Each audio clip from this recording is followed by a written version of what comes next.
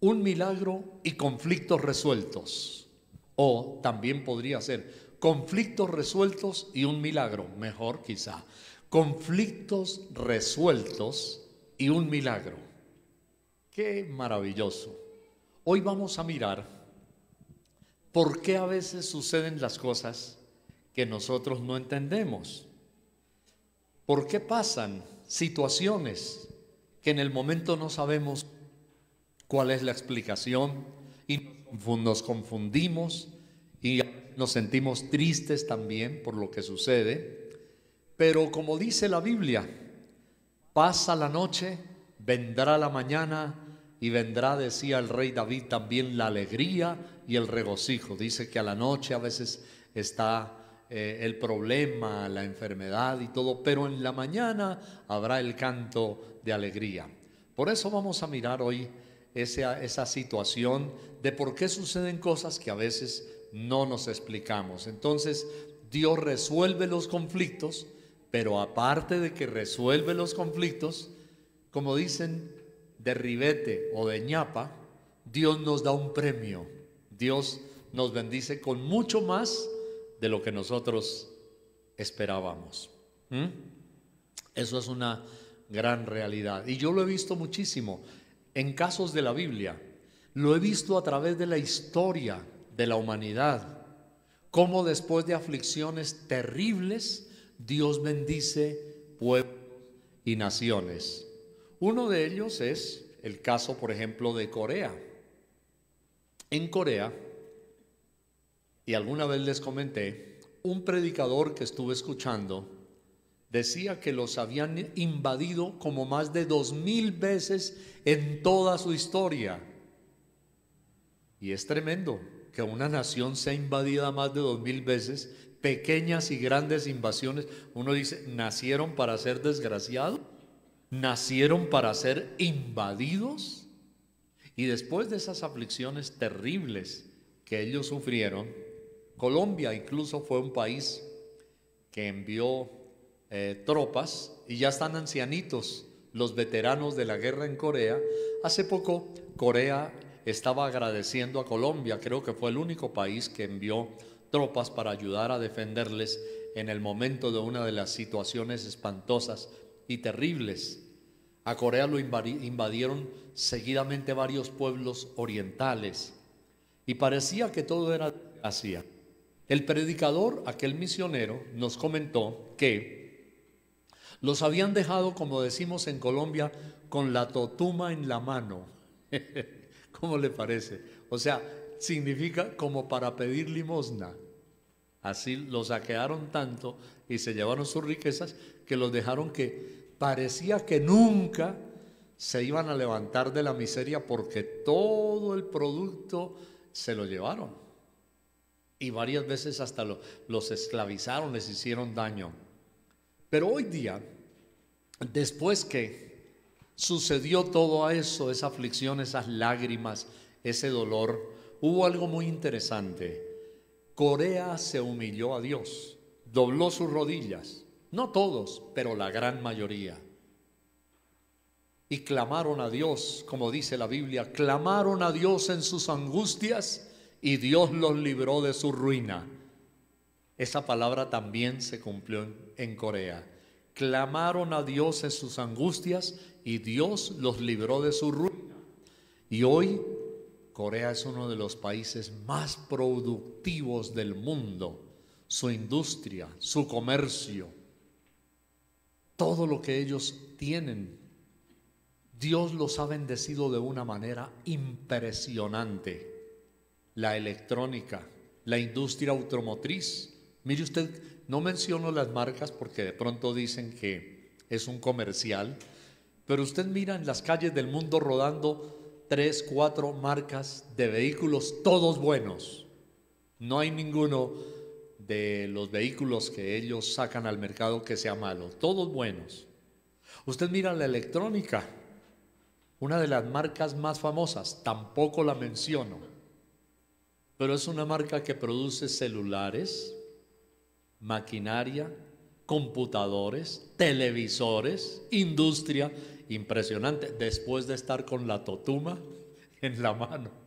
Así que, mi hermano, a veces Dios tiene sus razones, sus motivos por los cuales permite que cosas sucedan para luego Dios glorificarse en lo más débil, porque la Biblia dice, el apóstol Pablo escribió en la primera epístola a los Corintios, que lo débil del mundo escogió Dios para avergonzar a lo fuerte. Y escuche la diferencia. Desde que Dios escoja, ahí está la diferencia. Lo débil y lo menospreciado del mundo escogió Dios para avergonzar a lo fuerte. Eso dice la palabra de Dios. Y lo que no era, para avergonzar a lo que es. Y así ha sucedido muchas veces en la historia del mundo. Hemos visto, por ejemplo, y hay casos interesantes, de niños que fueron abandonados por su padre, y no solo abandonados, sino rechazados, menospreciados, y hasta padres que lanzaron maldiciones, por ejemplo, contra un niño. Y viene una madre amorosa, tierna, derrama lágrimas, trabaja hasta trasnochando para levantar a su hijito, y llega ese niño y crece y se vuelve un jovencito y triunfa de una manera impresionante. Llega a ser un inventor, un productor, un comerciante, un industrial. Vemos casos de deportistas, futbolistas famosos, tenistas, beisbolistas, que llegaron a ser multimillonarios, no en pesos colombianos, ni mexicanos, ni argentinos, sino en dólares y en euros. Y ese niño que fue rechazado, menospreciado y a veces hasta abusado con castigos físicos fuertes, llega a triunfar.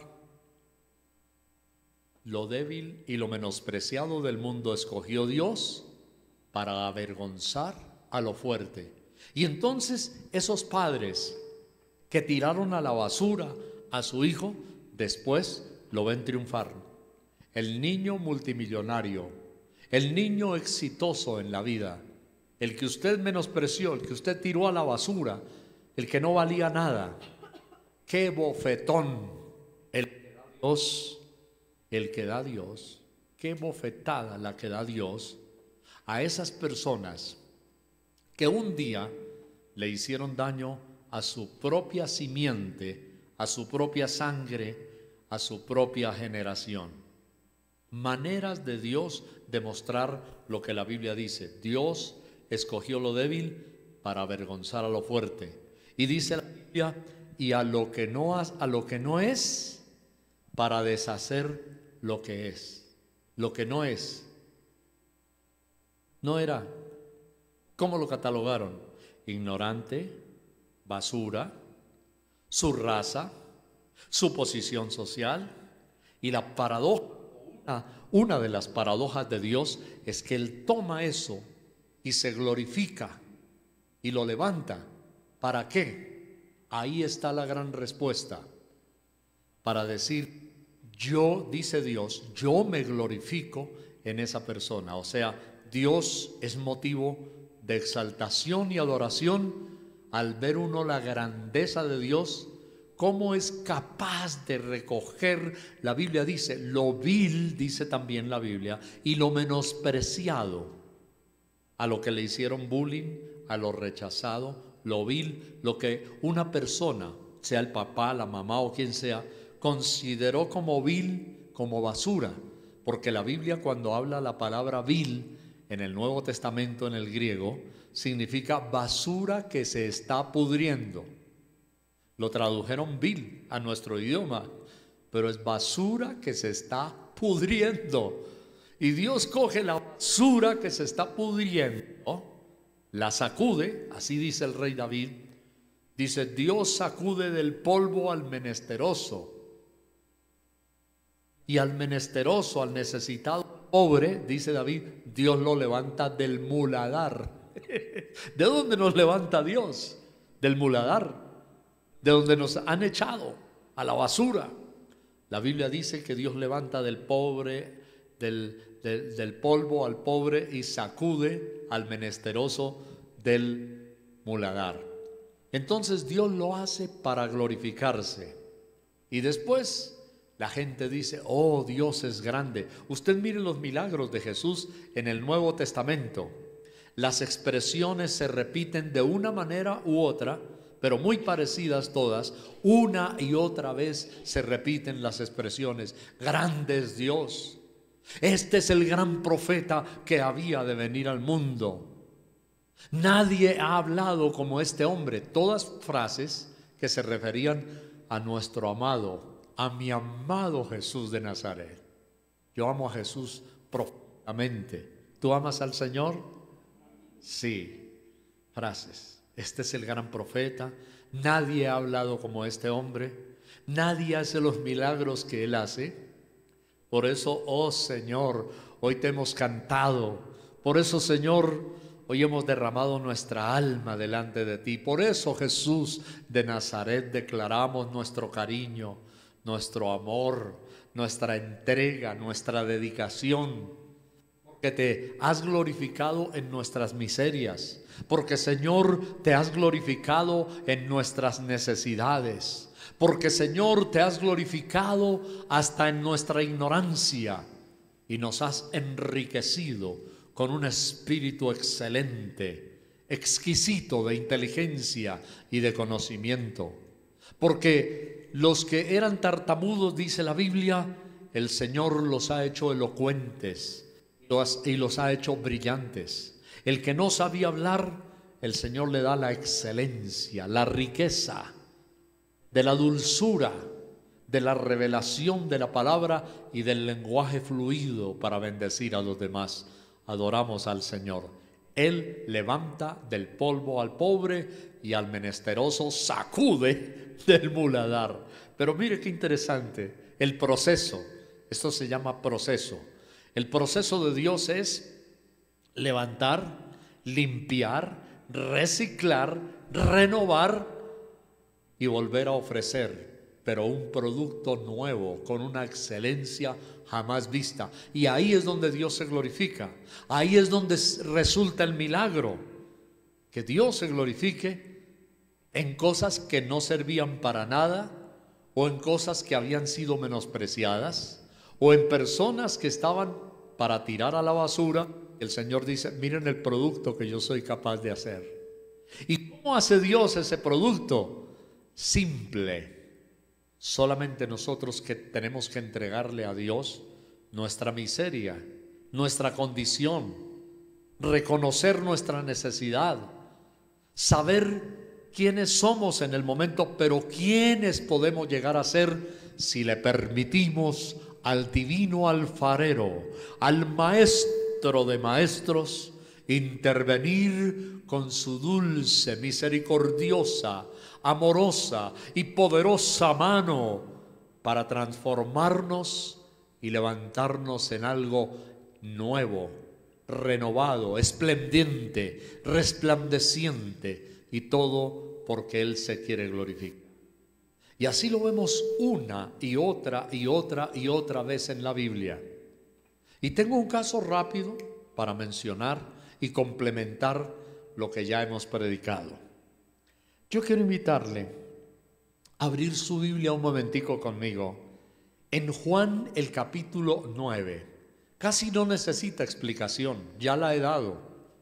Con este milagro, Dios resuelve los conflictos.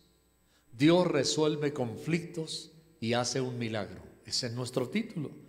Juan capítulo 9 dice la Biblia en el versículo 1 y de ahí en adelante: al pasar Jesús vio a un hombre ciego de nacimiento y le preguntaron sus discípulos diciendo: Rabí, ¿quién pecó, este o sus padres, para que haya nacido ciego?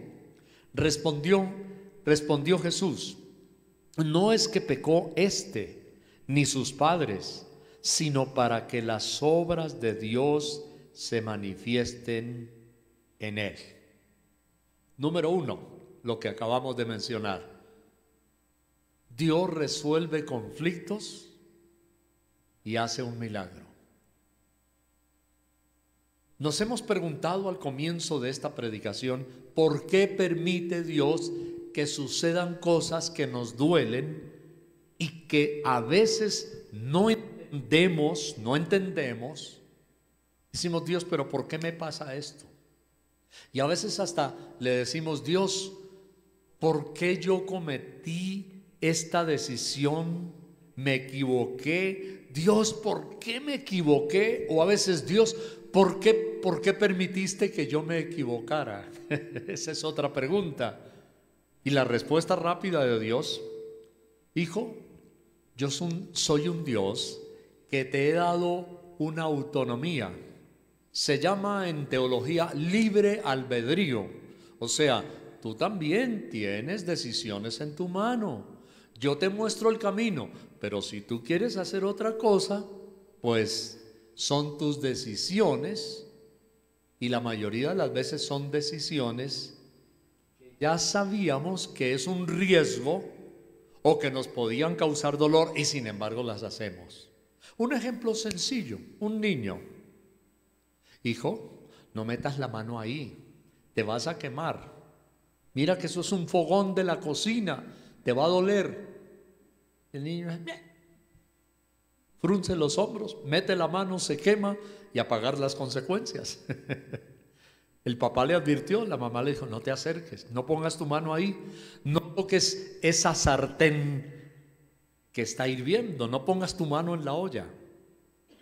¿Por qué Dios permitiste que yo hiciera eso? No, tú tomaste la decisión.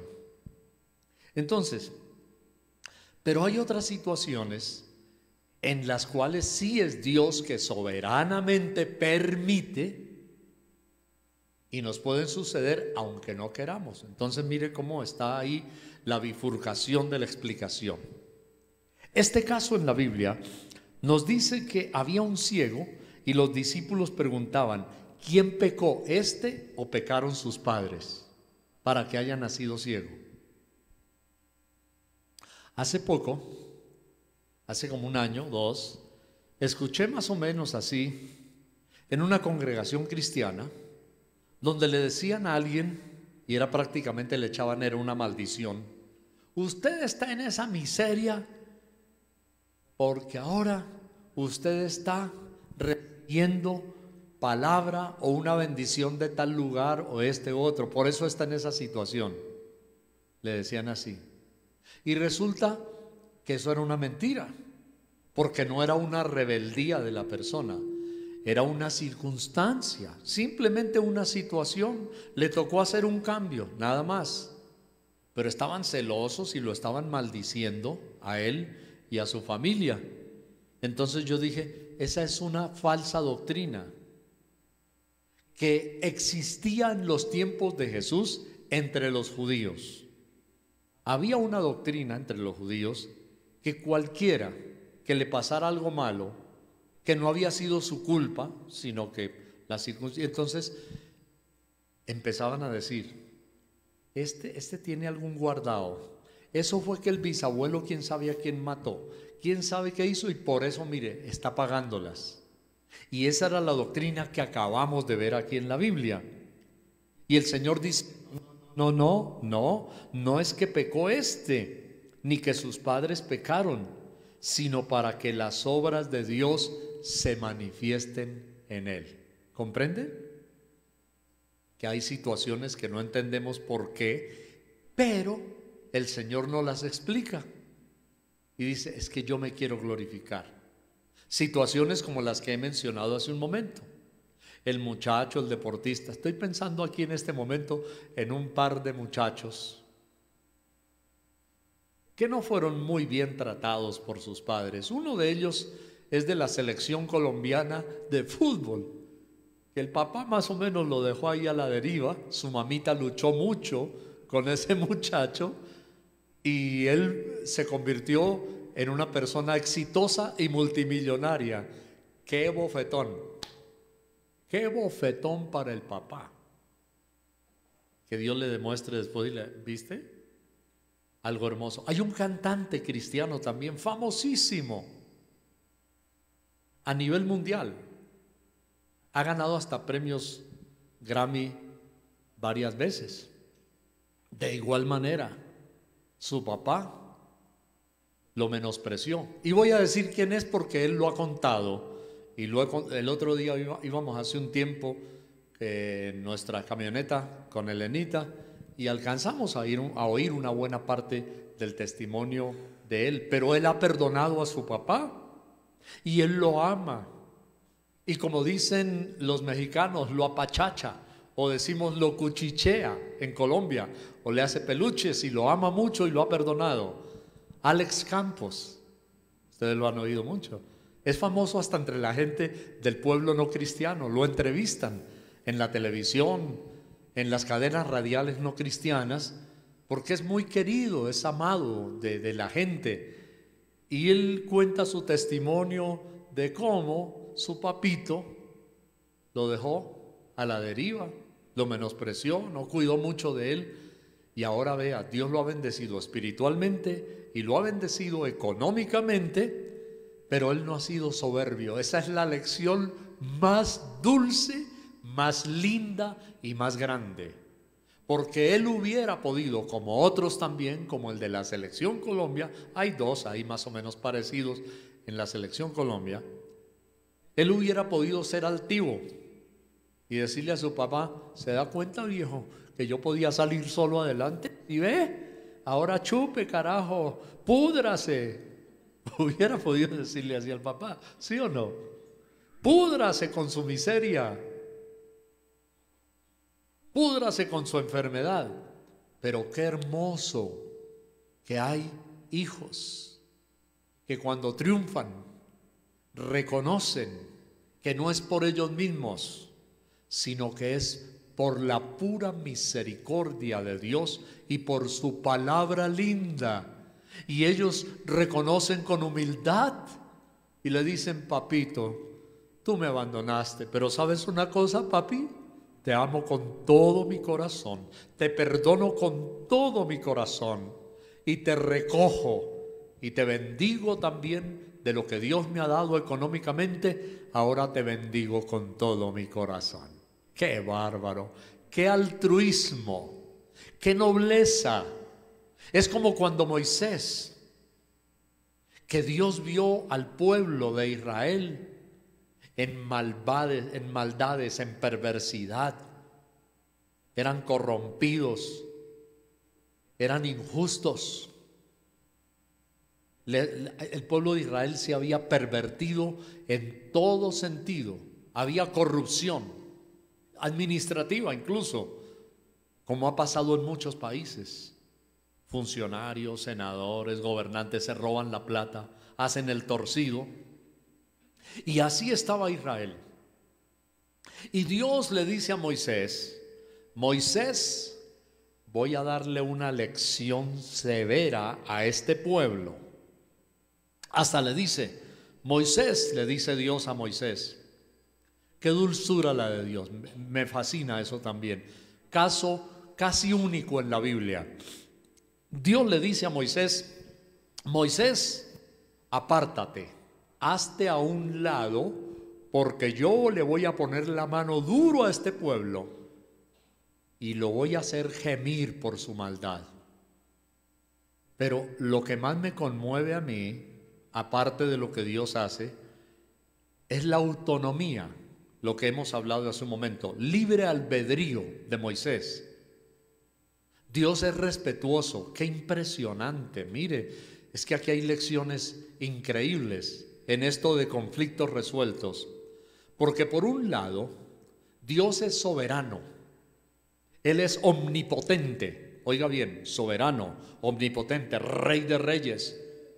Y Dios hubiera podido decir: Moisés, tú no eres más que una hormiguita. Si tú no te haces a un lado, igual de todas formas, Moisés, yo puedo aplastar a este pueblo y reprenderlo. Pero Dios es respetuoso de la misma autoridad que Él ha delegado. Si Dios es respetuoso de la misma autoridad que Él ha delegado sobre una persona, en este caso Moisés, ¿por qué y cómo nosotros, con qué autoridad y cinismo tenemos que rebelarnos contra la autoridad que Dios ha delegado, a veces estableciendo una jerarquía? Las jerarquías no son malas. Las jerarquías son buenas cuando vienen de Dios. Un patrón, un principio. Las jerarquías son buenas cuando vienen de Dios. Dios ha establecido entonces un orden, una cadena de mando.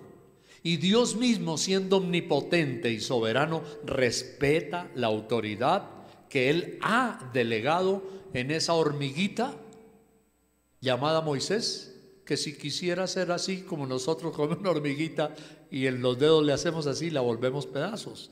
Dios hubiera podido hacer eso, pero Dios respeta la autoridad de Moisés. Y entonces Moisés se interpone, y esta es la otra fascinante. Ya hablé la de Dios, ahora la de Moisés, el altruismo de Moisés.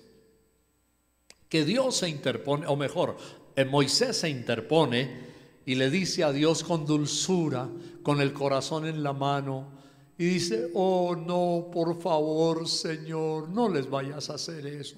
Papito, déjalos, voy a predicarles.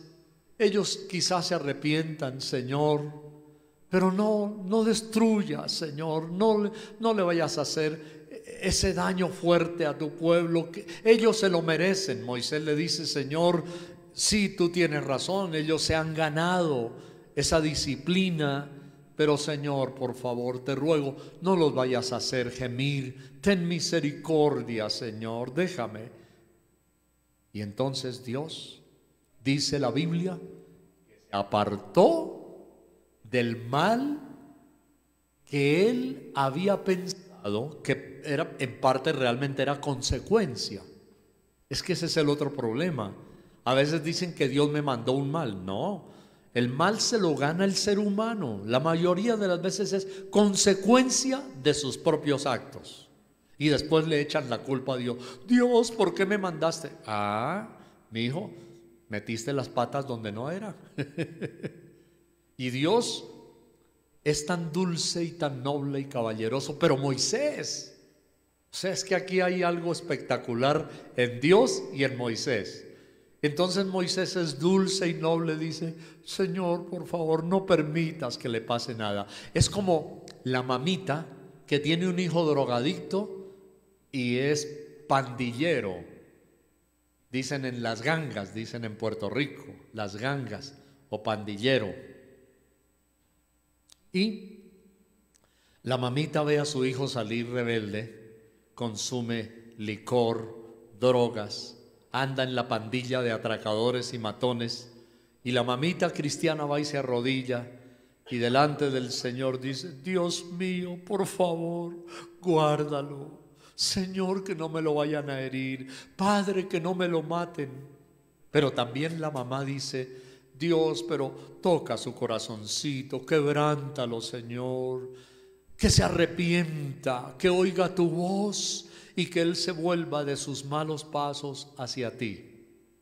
Yo veo el corazón de Moisés así, pidiéndole misericordia a Dios por el pueblo que le ha fallado al Señor y que va a venir una disciplina, un castigo sobre ellos.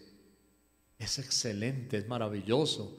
Uno ve a Moisés interponiéndose con dulzura. Yo llegué jovencito, me confieso, como dice el tal credo por ahí, yo pecador me confieso. Yo llegué a pensar alguna vez, ¿saben qué? Reflexiones mías.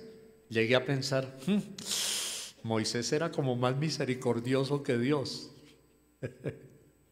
Pero después dije, y entonces pensé otra y dije, ¿misericordioso o alcahuete? ¿Y cuál de las dos? Pero uno ve la misericordia de Dios y uno ve también la dulzura de Moisés teniendo misericordia de la gente. Entonces, ¿qué sucede? hay cosas que Dios permite y son gemidos en el momento, pero con un propósito grande para Él glorificarse. Eso es fundamental, nunca lo olvidemos. Porque, y volvemos aquí, el Señor Jesús dice, no es que pecó este ni sus padres, sino para que las obras de Dios se manifiesten en Él. Una buena lección también que podemos aprender nosotros aquí es, cuidado, no juzguemos a la ligera, porque ese es otro problema. ¿Alguien está pasando por una situación difícil? Y la gente dice, ¿quién sabe qué hizo? Eso es que Dios le está poniendo la mano encima. Y entonces el perjuicio, ¿no? El juzgar. De tal manera que dice, es para que las obras de Dios se manifiesten en Él. Vamos a seguir leyendo. El versículo 4 dice, me es necesario hacer las obras del que me envió, entre tanto que el día dura, la noche viene, cuando nadie puede trabajar. O sea, el Señor está hablando de oportunidades, de momentos. Nosotros tenemos que aprovechar las oportunidades, los momentos.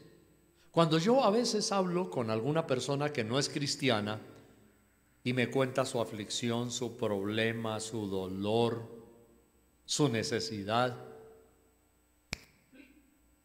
hay un clic que se enciende en mi corazón y Dios me dice, ese es el momento. Hay que hacer las obras de Dios entre el tanto que el día dura. Ahí está. Ella está así o él está así porque necesita de Cristo, dice el Espíritu Santo. Dios dice, necesita de mí. Y yo me pongo en línea con Dios y entonces digo, sí, Dios necesita de ti. Voy a aprovechar el momento para hablarle de ti y darle testimonio. Me es necesario hacer las obras de Dios. Sigamos al versículo 5. Entre tanto que estoy en el mundo, luz soy del mundo, dijo el Señor.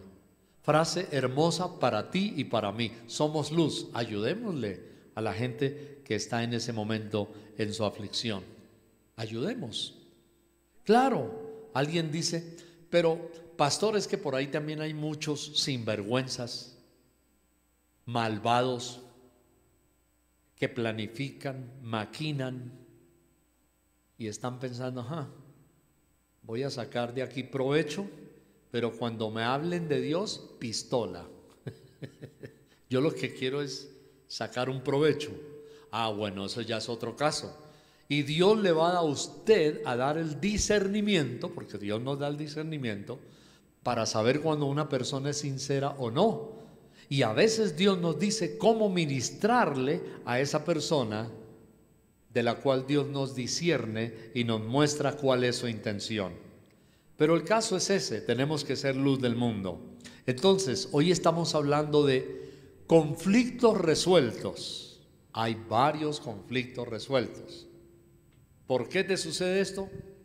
Por tu consecuencia de tu propia actuación. O sucede porque Dios quiere glorificarse en ti. Los débiles que escogió Dios, los transformó y los puso en alto para Dios glorificarse y también de paso darle una lección a la persona que ha sido mala. Porque eso sucede. Los casos de los muchachos que los padres los dejaron a un lado, Dios le da una lección a esos padres y dice, ¿te das cuenta? ¿Te das cuenta? Tú lo abandonaste o la abandonaste, pero date cuenta que no necesitó de ti, porque me tiene a mí, dice Dios. Entonces, ¿qué está sucediendo? Dios se está glorificando. Bueno, vamos terminando. Versículo 6. Dicho esto, Jesús escupió en tierra, hizo lodo con la saliva y untó con el lodo los ojos del ciego. Versículo 7 ahora.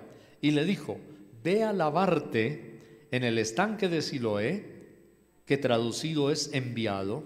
Fue entonces y se lavó y regresó viendo el milagro. Vea, No es que este pecó, era para que se glorificara a Dios, para que la gente viera las obras de Dios. Y sin lugar a duda muchos se convirtieron, claro que sí, se convirtieron. Y entonces el versículo 8 dice: entonces los vecinos y los que le habían visto que era ciego decían: ¿no es este el que se sentaba y mendigaba? ¿No es este? Unos decían, bueno, y aquí terminando ya nuestra predicación hoy, voy a algo muy interesante. No crea las versiones que los demás dicen. Vaya a la fuente. Pregúntele a Dios, que es la fuente. En periodismo ese es un principio. Me acuerdo que yo también alcancé a ser profesor de bachillerato, de literatura, de gramática, de español, de castellano. Y en el colegio donde yo estaba enseñando en esa ocasión le pregunté a la rectora y le dije: oiga, yo quiero darle una extra, una ñapita, un premio a los estudiantes de bachillerato, de gramática y literatura. Pero si usted permite, el colegio tiene que autorizar, porque hay un currículum, hay un libro que uno tenía que llenar, las parcelaciones, el programa del Ministerio de Educación para esa materia. Le dije: pero si usted me autoriza, yo le puedo ayudar dándole clases, unas clases a los estudiantes de periodismo. Claro que sí, me dijeron. Bueno, entonces les enseñé también un poco de periodismo. Y entre lo que les enseñé está lo que hay en este versículo. Unos decían: Él es, y otros decían: a Él se parece, pero Él decía: yo soy. En periodismo es: no crea los rumores que dicen, vaya a la fuente, busque el origen, la raíz, directamente, para que usted tenga una noticia veraz y que no vaya a ser una mentira. Hoy día sí que está en boga y de moda las falsas noticias, y ya expertos advierten que en internet, que en el Facebook, que en las redes sociales, que en el WhatsApp, a usted le mandan mucho veneno y calumnias. Fulano de tal mató a no sé quién, y este dijo tal cosa, y usted se traga la carreta con el hilo completo. Vaya a la fuente. ¿Qué es lo que queremos decir hoy respecto a las cosas que suceden a nuestro alrededor en la vida? Mire lo que la Biblia dice. Unos decían: Él es el ciego. Sí, Él es el que se sentaba a pedir limosna. Y otros decían: no, ese no es. Se parece a Él. No exageren. Los que decían se parece a Él estaban tratando de decir: qué milagro de Jesús, eso no fue un milagro. Ese que ustedes conocen, que dicen que Él es otro. Esto no fue un gran milagro. Esto es más simple. A Él se parece. Era para desacreditar a Jesús y su milagro. Y los otros decían: a Él se parece, pero Él, el ciego, decía: yo soy el que siempre me he sentado y he pedido limosna. Esa era la fuente de la noticia, claro, porque la fuente del poder, del milagro, la fuente del poder era Jesús, pero la fuente de la noticia era Él. Dijo: sí, yo soy, créanme, es un milagro tremendo, Él me sanó. Lección para ti y para mí: no te dejes convencer de cuentos, de lo que la gente dice. Por eso hoy día hay muchas personas metidas en herejías que han desviado la Biblia, la han torcido, la han malinterpretado, y hay gente incauta que por no ir a la fuente. ¿Quién es la fuente? Dios es nuestra fuente. La palabra es nuestra fuente. Si tú no conoces bien la palabra, te van a embaucar y a engañar y a meter el hilo con la carreta del cuento, que es distorsionado, malo, mentiroso, y que es una herejía, una falsa doctrina. Por eso no creas, ve a la fuente. Esta palabra es nuestra fuente. Dios es nuestra fuente. El Espíritu Santo de Dios es mi fuente. El Espíritu anda en el Espíritu. Y entonces Él decía: yo soy. Qué tremendo este milagro. Cuánta enseñanza hay hoy aquí. Finalizamos. Versículo 10. Y le dijeron: ¿cómo te fueron abiertos los ojos? Respondió el ciego y dijo: aquel hombre que se llama Jesús hizo lodo, me untó los ojos y me dijo: ve al Siloé y lávate. Y fui y me lavé y recibí la vista. Entonces le dijeron: ¿dónde está él? Él dijo: no sé. Ya se le había ido, pero seguro que lo encontraron, porque más adelante, léalo en la casa, por favor.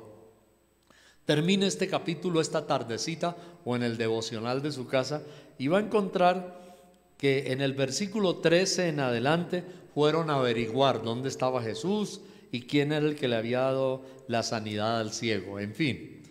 Pero concluimos diciendo: Dios se glorifica hasta en nuestros conflictos. 1. Y Dios se glorifica hasta en nuestros errores si nos humillamos a Él. Dios es capaz de transformar eso vil, eso menospreciado, eso sucio en algo glorioso y bello cuando reconocemos que nos hemos equivocado, que le hemos fallado a Dios. Él es misericordioso. Él puede limpiarte con la sangre linda, preciosa que vertió en la cruz. Él puede corregir hasta los errores involuntarios, porque a veces puede suceder que no hay mala intención en alguien, simplemente se equivocó, cometió un error, tal vez por ignorancia, pero por lo que sea. Si tú le pides misericordia a Dios, el Señor viene y dice: hijito, hijita, te voy a ayudar, voy a corregir el problema, no te afanes, yo lo voy a hacer. De hecho, hasta errores se han convertido en cosas buenas. Por ejemplo, el jabón que llaman, ustedes recuerdan, ¿verdad? Lo vimos en una de nuestras células una vez, el jabón llamado Ivory, ese que es brillante y duro, que se le pasó la cocción en la fábrica donde producían jabones, a un operario se le pasó el tiempo de cocción y entonces se asustó y se quedó callado. Él no quiso decir nada, dijo: metí la pata, se me pasó, me descuidé, se durmió.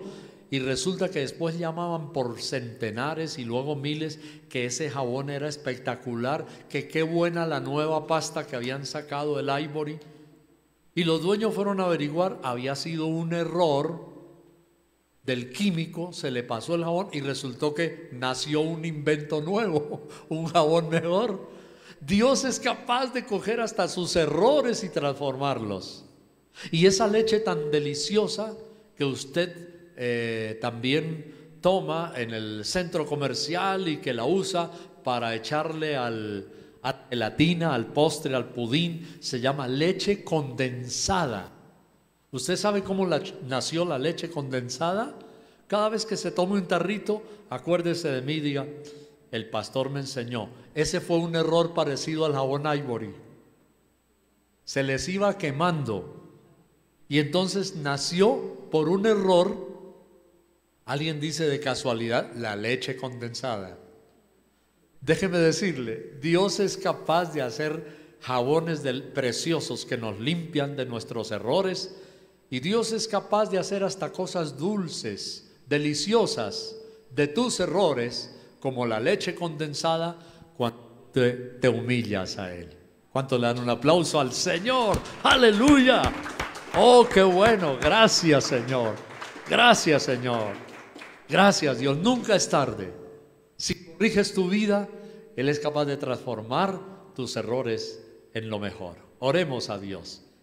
Dale gracias a Dios. Inclina tu rostro, Padre Celestial. Gracias. Señor, te adoramos hoy. Gracias por tus bendiciones y gracias, Señor, por esta palabra. Gracias porque tú estás dispuesto, Señor, a glorificarte en nuestra vida, aún en las cosas que nos han salido mal. o que mal nos han hecho, tú las puedes transformar. Gracias, Señor. Amén. Amén.